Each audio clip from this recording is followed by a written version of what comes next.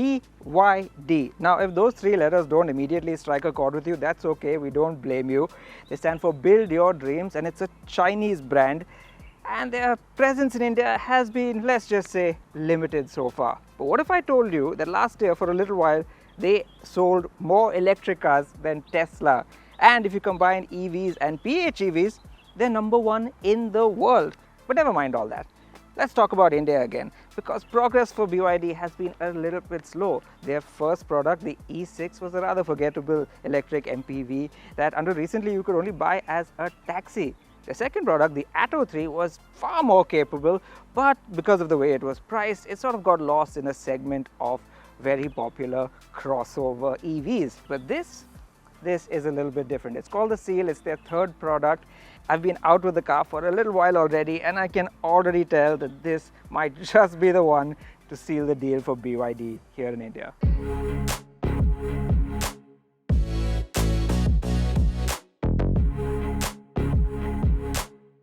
It starts with the look, and what we have here is a well-proportioned sedan. It's 4.8 meters long with a 2.9 meter wheelbase, and to put that in context, those numbers are almost identical to the long wheelbase BMW 3 Series, which should give you a hint as to who this car is aimed at. Now, its 145 mm of ground clearance might sound like a cause for concern, and while you should be careful over bigger speed breakers, in our day of testing it did not make contact even once. And what electric sedans lack in ground clearance compared to SUVs, they make up for with aerodynamic efficiency, which has a huge impact on an EV's range. With its sleek shape and flush door handles, the Seal has a drag coefficient of just 0.219. For reference, a Mercedes EQS, which is the second slipperiest sedan in the world, is 0.202. BYD says the design is ocean-inspired, which you can see in the LED DRLs in the front bumper that are meant to resemble ripples in water. There are discrete lines across the bonnet and sides, smart 19-inch aero-efficient alloys, and black ridged side skirts under the doors. The curved roofline ends in a high boot deck with organic-looking LED tail lamps and a surprisingly sporty rear diffuser. The tight gaps in the wheel arches help give it a purposeful stance, and though somewhat understated, it's a very elegant shape. I'd compare it to a kiss from a rose, but what do you think about the BYD Seal? Is this going to be the sedan that disrupts the executive and luxury sedan segment? Let us know down in the comments. Be sure to like this video if you enjoy it and subscribe to Autocar India. और अगर आप इस video को हिंदी में देखना पसंद करेंगे तो Autocar India YouTube चैनल को ज़रूर सब्सक्राइब कीजिए.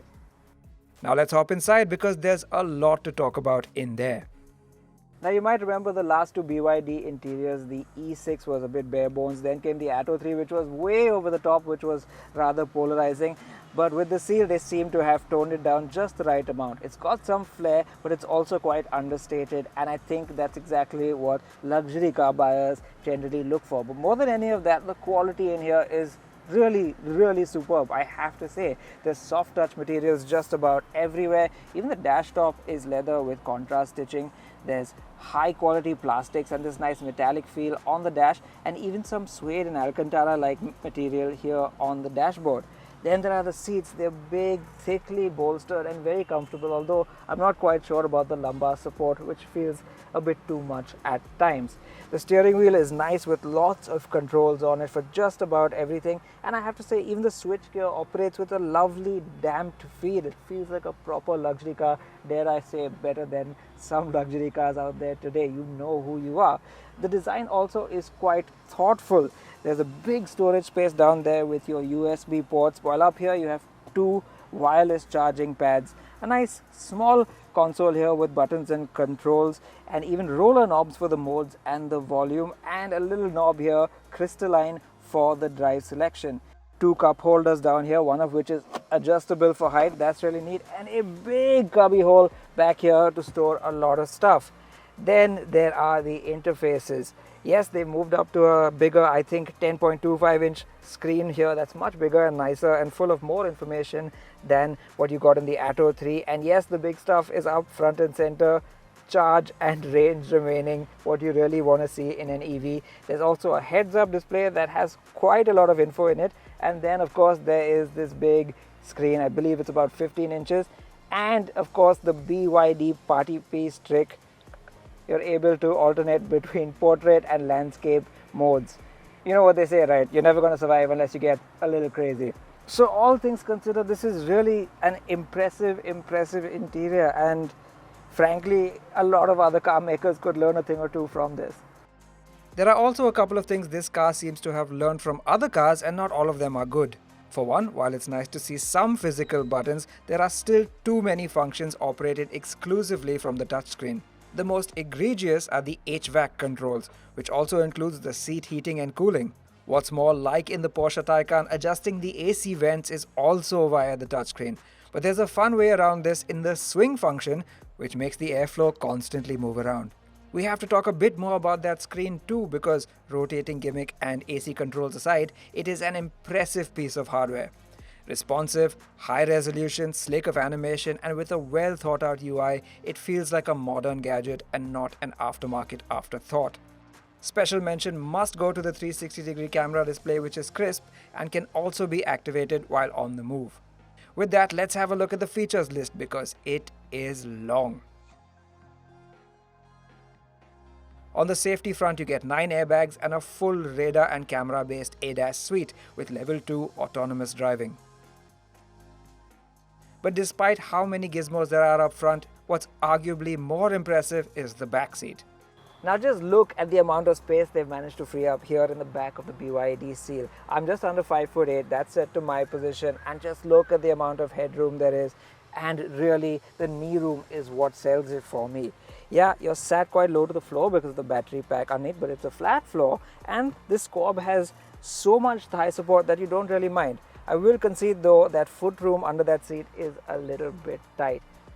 The backrest is nice and soft, and you really sink into it at this angle that they've given you, and these headrests are nice and soft. I also would have liked maybe a sunshade here, and I gotta say that though you cannot open or shade this sunroof, there is a dealer level accessory that you can fit into place, and you will want to cover it up because while it's fine in short bursts, if you spend a whole afternoon driving around in peak sunlight, the cabin heats up quite a bit.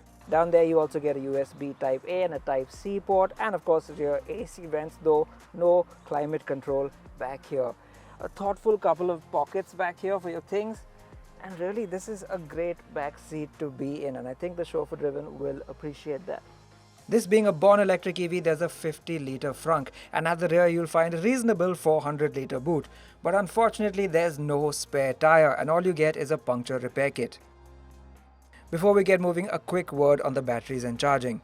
There are 3 powertrains on offer in India. The dynamic variant gets you a 61.4 kWh battery with a single rear-mounted motor with 204 horsepower. Premium, which is the one we're driving today, switches up to a larger 82.5 kWh battery with a 312 horsepower motor, while Performance further adds a front motor for all-wheel drive and a sports car-like 530 horsepower output. The Dynamic expectedly gets the lowest range of 510 km on the new European Driving Cycle or NEDC, while the twin-motor Performance is rated at 580 km. This mid-range Premium has the highest range of 650 km. Unfortunately, we didn't get a chance to do a real-world range test on this quick drive, but stay tuned for that soon. The larger battery can be charged at up to 150 kilowatts on a DC fast charger for a claimed 0 to 80% charge in just 45 minutes, while the smaller battery does 110 kilowatts. On an AC charger, however, all models max out at a disappointingly slow 7 kilowatts.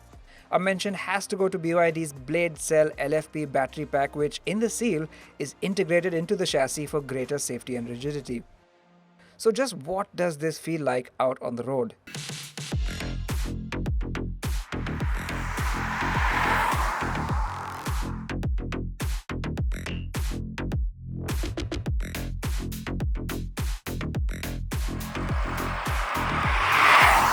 Even compared to the Atto 3 and the E6, this feels like a step up from the driver's seat.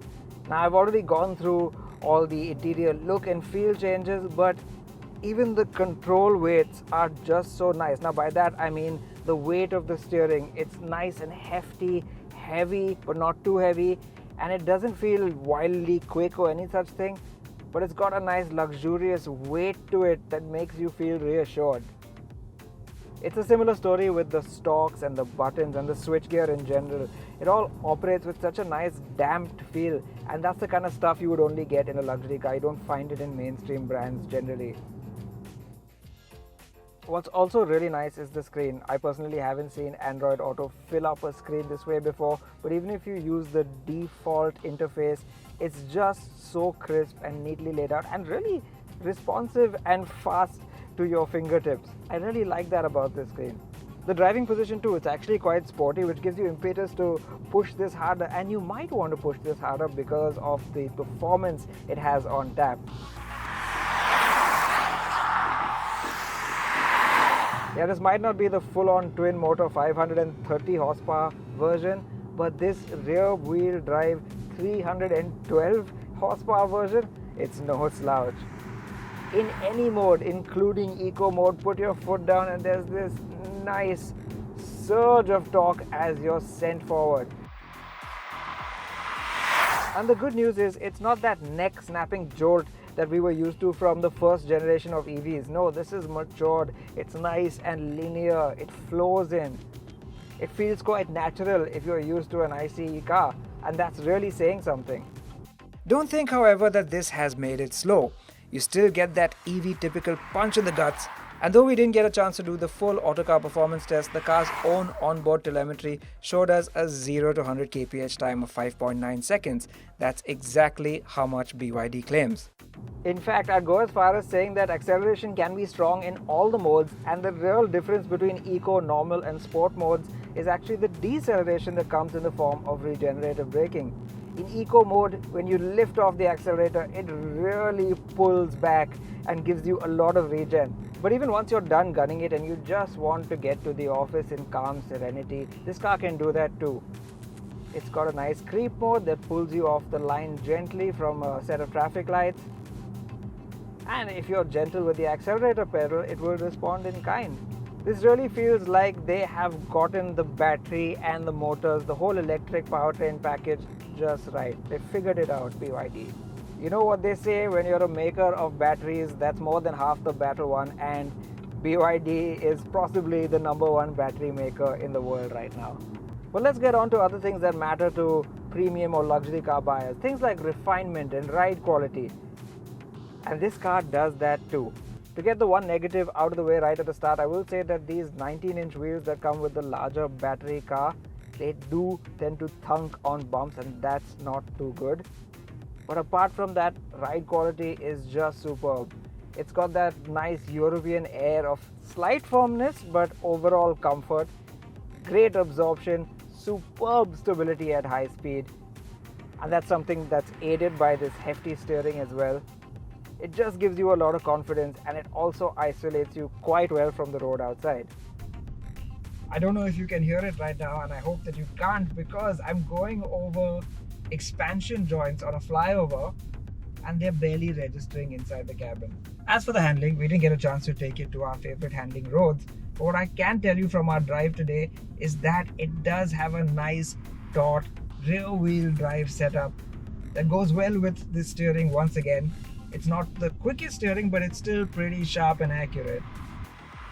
And that results in quite a rewarding driving experience. Incidentally, that chassis stiffness comes from BYD's cell-to-body technology, which means the battery pack is integrated into the chassis itself. It's supposed to result in not just greater safety for the battery cells, but also immense chassis rigidity. And that's really showing over here. This feels like a proper sports sedan.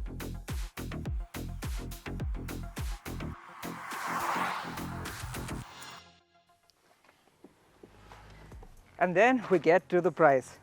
The entry-level model costs 41 lakh rupees. This mid-level model with 650 kilometers of NEDC range, that costs 45.5 lakh rupees. And the full-fat 530 horsepower twin motor all-wheel drive model, that costs 53 lakh rupees.